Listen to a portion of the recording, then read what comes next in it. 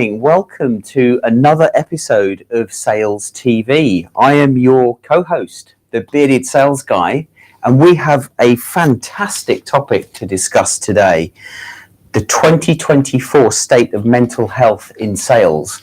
And I'm joined by my co-host, Jordan Abbott. For the first time as a co-host, you were here as a guest. I was indeed, and I am honoured to be welcomed to this side of the fence as a host. So thank you very much for having me. And it's lovely to have you here. Looking forward to an interesting discussion. So without further ado, let's bring on our guest, the founder of the Sales Health Alliance, Jeff Riseley. How are you, sir?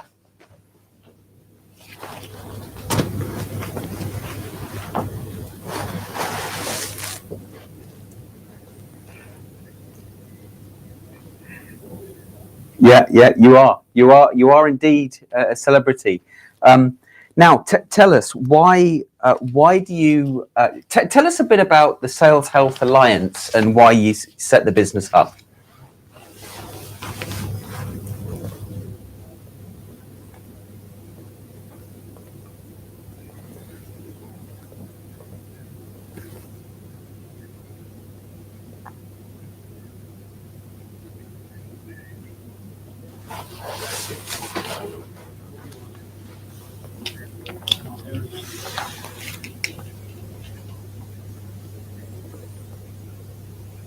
Just Jeff, just 1 second. The audience, couple of messages from the audience. They can't hear Jeff. Production. Testing. Go ahead, Jeff. Audience, tell us if you can hear Jeff now.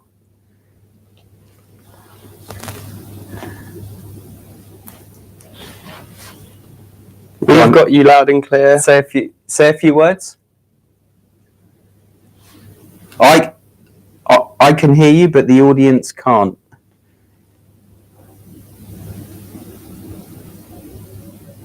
No.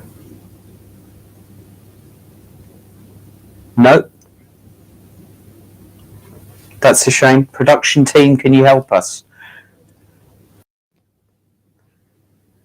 It's okay. We can keep testing this out.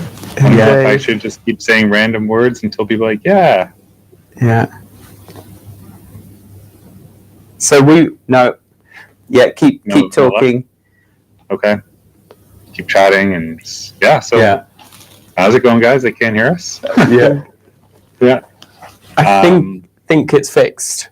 Is it fixed? I can hear you loud and clear, but I'm waiting to see what the audience says. Yeah, audience? Yes, we've got you. Woo! Got me. Woo! Small technical glitch. Keeps us on our toes, right? I know. Thank you, audience, for letting us know. That would have been embarrassing. But I guess just going back, so starting sales, really difficult type of environment. Just sort of early days as a seller, I was a top performer, but I was struggling behind the scenes with really bad anxiety, insomnia, panic attacks, and it was after the third panic attack that put me in the hospital when I realized this was not sustainable. So that was sort of like origin number one, because at that point, that's when I really started to dive into, okay, well, if sales is this high stress environment, what can I be doing to take better care of myself? And I just sort of went on this personal journey of self-growth and learning and just trying out all sorts of different mindset strategies, stress management strategies, things that I could do to take better care of myself. And then origin number two was fast forward to July of 2018. During those kind of next, I guess, 8 or 10 years or so, I advanced different sales leadership roles, continued to work in sales. But it was in July of 2018 when I first launched my sales consulting website. And 3 days after that, I was diagnosed with testicular cancer. So life threw this crazy curveball that I wasn't ready for, but it was sort of through that experience when I realized the same strategies I was using to take care of my mental health and sales, I naturally executed on during this next stressful period of my life. And that's when this sort of idea around mental health and Sales Health Alliance really started to take shape, because you guys both work in sales, and it's, anyone I share this statement with, it resonates with them, which is anxiety in sales is not optional. It's really part of everyday life. And when things become overwhelming and we become stressed, or we're unable to manage all the different tasks that we have to do on a regular basis, our mental performance starts to decline. So how do we change the lens of this topic, less around this doom and gloom type of perspective, and shift it more towards treating sellers like corporate athletes who, when they learn how to maximize their mental performance, they work on their inner game, they know how to build that resilient mindset, they're able to show up more consistently and perform their best every single day. And it's been 5 years since, just over 5 years now since Sales Helpline started, and it's been cool to see the work of helping over 10,000 sellers at this point really enhance their mental performance and learn the tools and the strategies to really thrive under pressure in a high pressure sales role. Yeah, it's a great mission. It's a great story. I mean, it's great that you can talk about it now, but being hospitalized because of anxiety and 3 panic attacks, that does not sound like fun to me. And then getting cancer. So you've been through a lot, and now you're eliminating. I kind of see you and feel you trying to eliminate poor mental health from sales, which is something that I hold quite close to my heart. I know, Jordan, I want to bring you in at this point because when we started working together professionally, 3 years ago now? A little bit longer. Probably about 4 years ago. Yeah, pushing. You didn't enjoy sales in the beginning. Can you tell us a little bit about that? Yeah. So I similarly to you, Jeff, I worked in telesales for a period, moved into field sales, door-to-door, commission only. So that sort of taught me a lot, mainly how not to sell, in all honesty. But then when we actually started working together in a more complex B2B sales environment, I thought it would be a lot different. I thought it would be a lot more professional. I thought it would. I don't know really what I expected, but I thought it would be different, and it was just the same story again. Very high pressure, feeling like I was banging my head against the wall, doing these tasks, taping a telephone to my head, sending out a ton of tailored emails, and just not getting the results that I wanted or desired. And it was to the point where I thought, well, sales isn't for me. And it was a real close call to actually leaving the profession. And it was only when we shifted our approach. Well, before you go on to the turning point, I should add, you were working for me. So the pressure wasn't necessarily coming from me. It was coming from the pressure you were putting on yourself. Yeah. And the pressure you were getting from what you were doing just not working anymore. Yeah, indeed. I was in a very fortunate position, given that, I had you as that North Star, that guiding light, that mentor to help me through. But still, I think everyone wants to do well. Everyone wants to do better. So that pressure sort of is inherent almost, particularly in salespeople, I think. Yeah. And the turning point for you then? So the turning point was we changed our approach. And I think the biggest thing was it was fulfillment, really.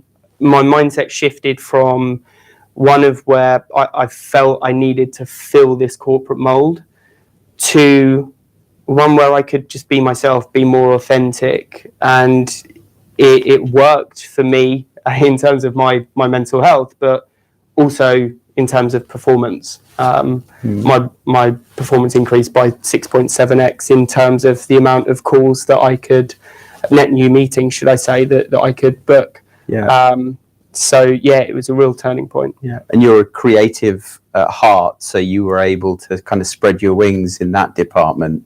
Yeah, certainly. If anyone's seen some of my content, I essentially make a tit out of myself doing parody music videos, etc. And they are very amusing. Indeed. Yeah.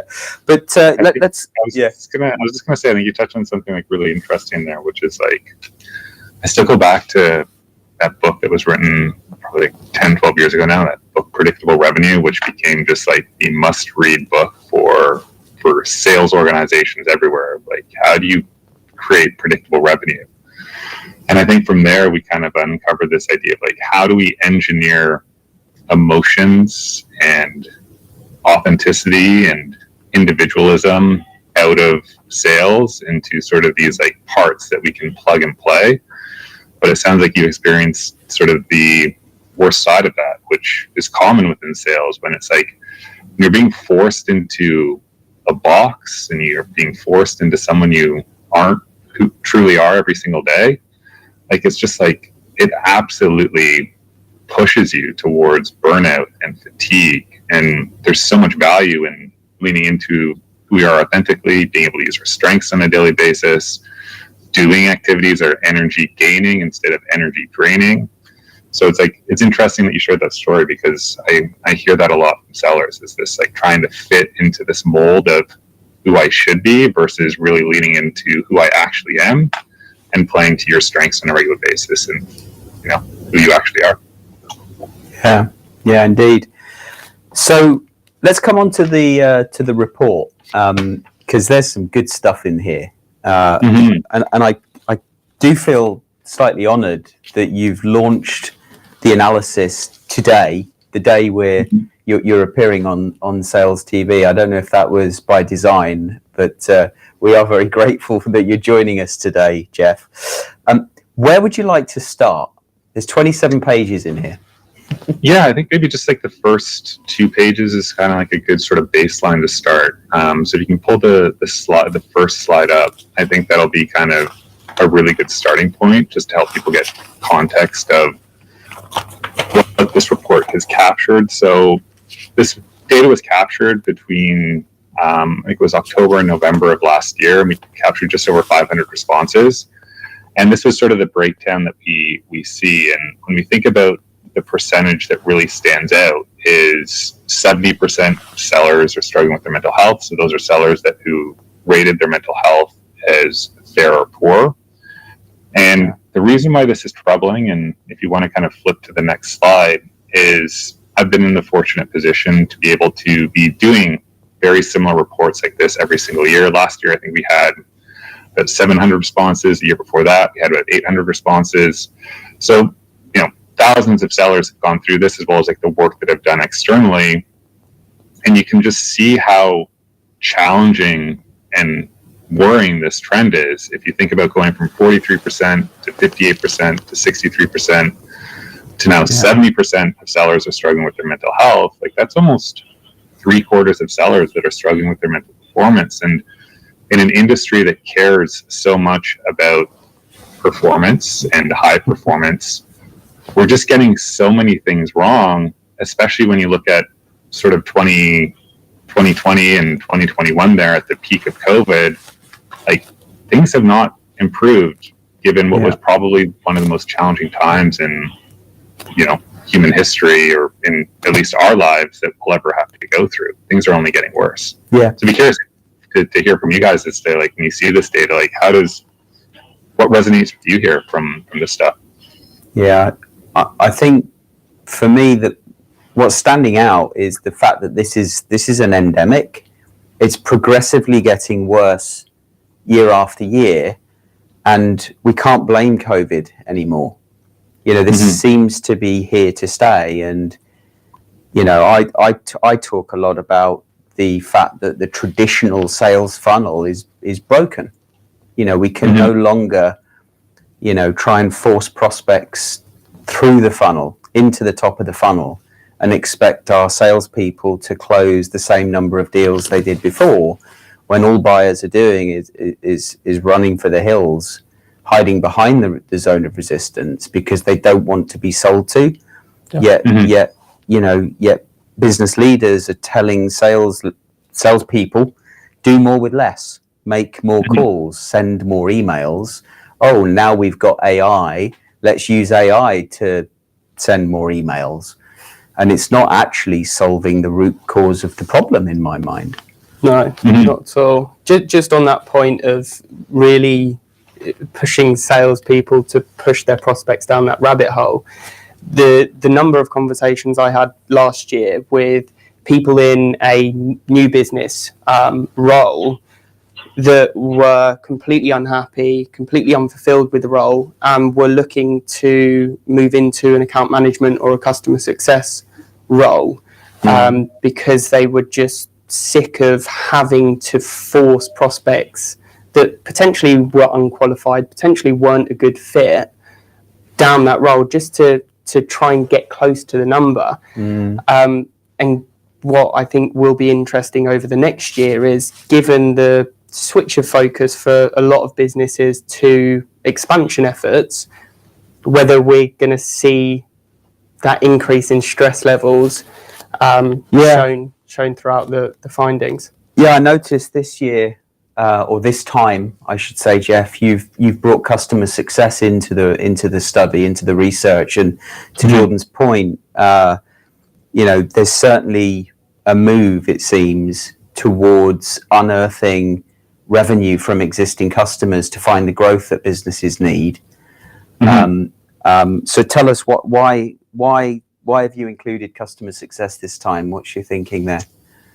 I think where we get a lot of things wrong, and you can toss the next slide up, which kind of shows the breakdown of roles, but I think why customer success is important to include, and why we get a lot of sort of the mental health conversation wrong just in general, is we typically default to HR, and this is sort of houses like HR is responsible for mental health within our organization. And the biggest mistake that they make is they then approach the mental health conversation treating it as their organization as a collective whole, which is leading to general solutions, like they buy a meditation app or they invest into some EAP program, as opposed to realizing that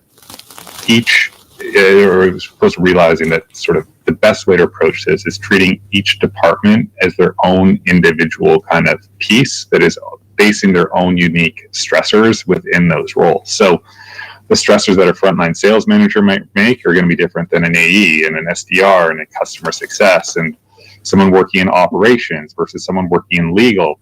Like, you can't have general solutions, and the thing that really matters is putting context around why certain strategies work and connecting that to the various stressors that a seller or someone in customer success or a leader faces, so that they understand why this sort of strategy or why this sort of investment is important and how it's going to help them perform in their role. But I think, to your point, one of the most troubling trends that I see is, like, if you see across all of the different roles that are listed in front of you, every single role except for sales leaders and executive leadership has increased by a certain percentage from last year.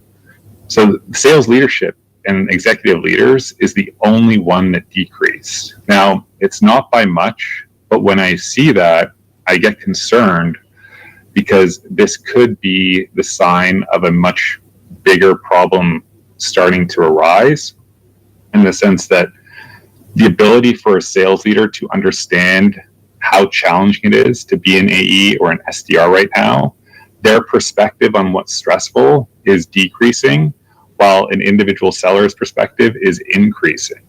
And a lot of that has to do, I think, with sales leaders today being unwilling to lean in and understand what's going on with millennials, what's going on with Gen Zs, what's actually happening. Because I was in a mental health in a private mental health group, and something I realized a person shared was, she's a Gen Zer, she's new into the environment, and she said within her group of 3 or 4 friends, they've collectively been laid off 10 times within a 2-year period.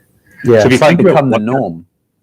Yeah, that's become the norm. And if you think about what's happening, that the stressors, the lack of trust that new hires are coming in, like, this gap is going to continue to widen.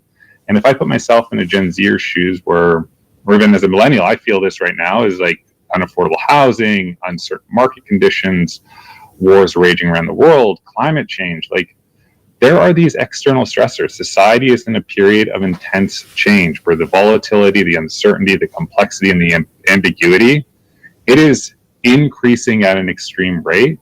And that is going to have a direct impact on an individual's mental performance and mental health. And if a leader is operating from the perspective that, oh, the younger generations are snowflakes, or they're too emotional, or they're too sensitive, like, you're contributing to the problem of being unwilling to get curious and say, well, what's actually happening in their lives. Because I guarantee if you are a 50-year-old sales leader right now, and if you were 25 and you were back in what's happening today, you sure as shit would be showing up in that percentage of sellers that are really, really struggling right now. And you have to be willing to lean into this conversation. Even if you don't care about people, if you care about revenue, this is the most important growth metric that you can focus on. Yeah, wow. I agree. How can sales leaders start that conversation with their sales force? So I think that's a good segue into sort of the next slide if you want to pull it up. And I think it's understanding that there's a problem. When you think about the word mental health, the internal definition that anyone in society, the vast majority think mental health, they think highly anxious, they think someone who's depressed, someone that's about to go on stress leave. And what they fail to realize is that mental health does not equal mental illness. Those internal definitions of mental health are much closer to mental illness. And what we have to realize is that mental health is directly correlated with mental performance. It's a spectrum of well-being that we're fluctuating along every single day. And mental health isn't something you have or don't have.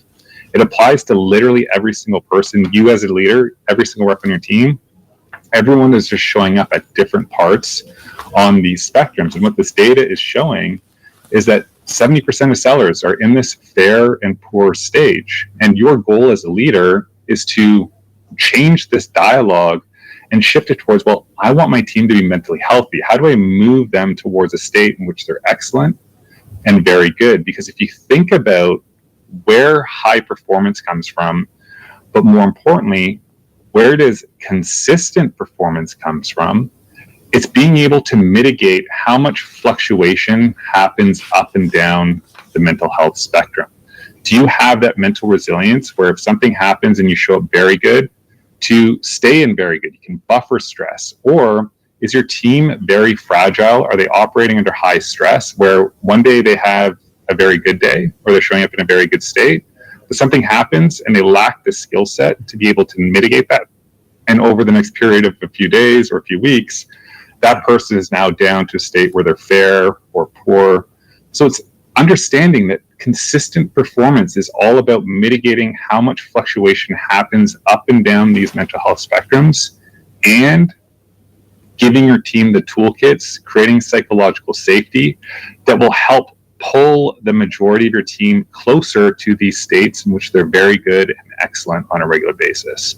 That's what we have to change as leaders, not as something you want to sweep under the rug, but say, hey, there's this massive problem and we need to focus this from a mental performance lens and connect it to revenue generating opportunities that we're so focused on achieving every single month, quarter, and year.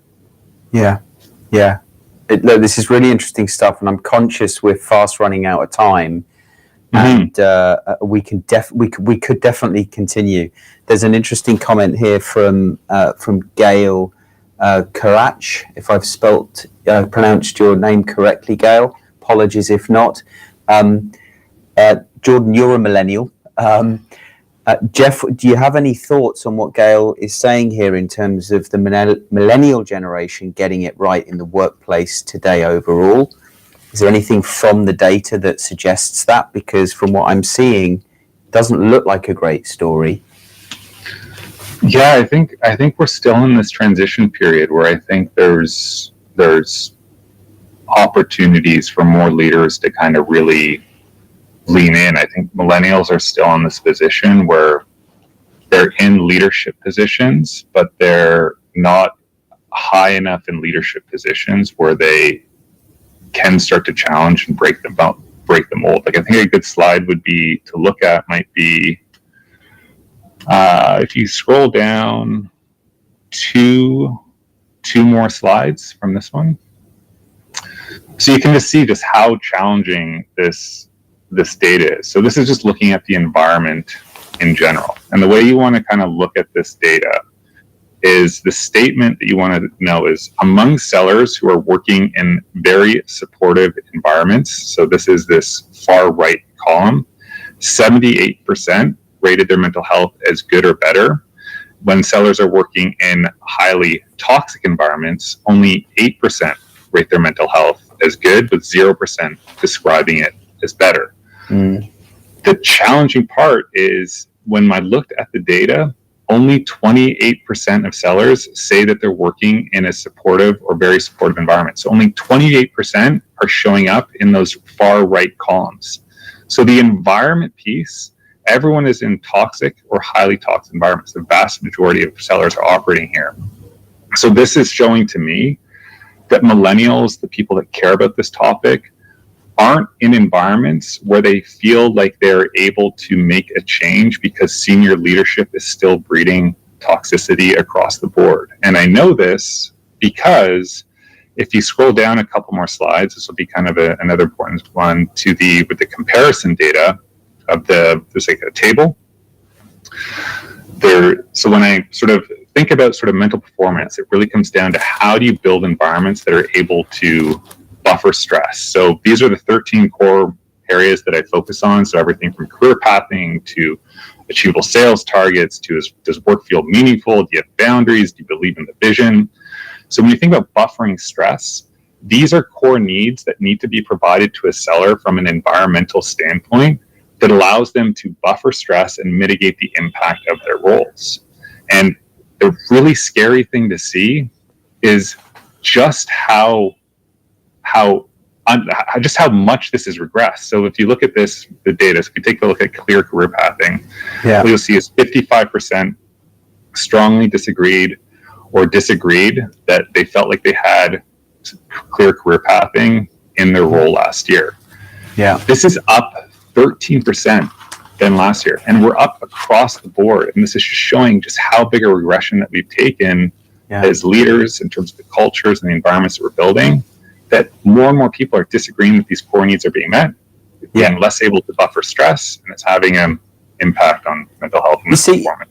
You see, to me, that says there's some fundamental issues that need to be fixed. Whilst well-being days and efforts to improve well-being in the workplace are important, what's more important is making sure that sales teams have clarity and direction in their career path, and they feel like their sales targets are achievable. Yeah, and again, these are just going back to Jordan's comment earlier, like what can leaders do? Like these 13 core needs that are outlined in the report, this is a great starting point because most of them are free. Like you said, are they setting achievable sales targets? Are they providing ongoing career path and clarity? Are they, leading with an inspiring mission and a vision of the company? Are they providing job security? So if you've just gone through a state in which a lot of team members have been laid off, one thing that I've seen work extremely well, that can help rebuild trust very quickly, is announce a firing freeze. I heard a company do that, and every person on that team was like, okay, they went through the cuts, business is business, you had to make some of these cuts, like you sometimes just have to do that. But when you announce a firing freeze, saying we're not firing anyone else, that allows everyone that's remaining to feel safe, to start to rebuild trust, being like, this is our team, this is what we have going forward. How do I work with the people? How do I get better? How do I develop myself? How do I develop others to get through this next rough patch that we're going through with this smaller team? So again, there's some very basic free things that you can do to help a seller buffer stress and create an environment that prioritizes psychological safety that isn't involved with like lowering your expectations or lowering your standards. These are things that will contribute to better performance. Brilliant. This is great stuff, Jeff. We're going to have to call it, I'm afraid. We are out of time. Where can people find you to learn more? Yeah, definitely check me out on LinkedIn. So just Jeff Riseley. I post content every single day for the most part around this topic with different strategies. But then there's saleshealthalliance.com as sort of where sort of the brand lives. But the other thing that I've launched recently is called Project Mamba, which is a mental performance community for sellers and leaders. I appreciate you being in there, Alex. But again, that's a dedicated space to building high-performing sellers. Yeah, and there is some great stuff in there. I've been a member for a while. It is incredibly valuable. it's the price of a cup of coffee for a subscription. Mm-hmm. It's definitely worth it, even if it's just for the breathing exercises. Thank you, Jeff. Now there are some unanswered questions in the chat, so can I ask you to maybe take a look on the LinkedIn posts after the show? And there's Bob asking a question, Matthew, Nicole. Sorry we didn't have time to get to your questions, Bob and Matthew. Thank you, Jeff. Great session. Thank you, Jordan. All right, glad to be here. Fantastic. Until next time on Sales TV, we'll see you next week. Have a great rest of the week.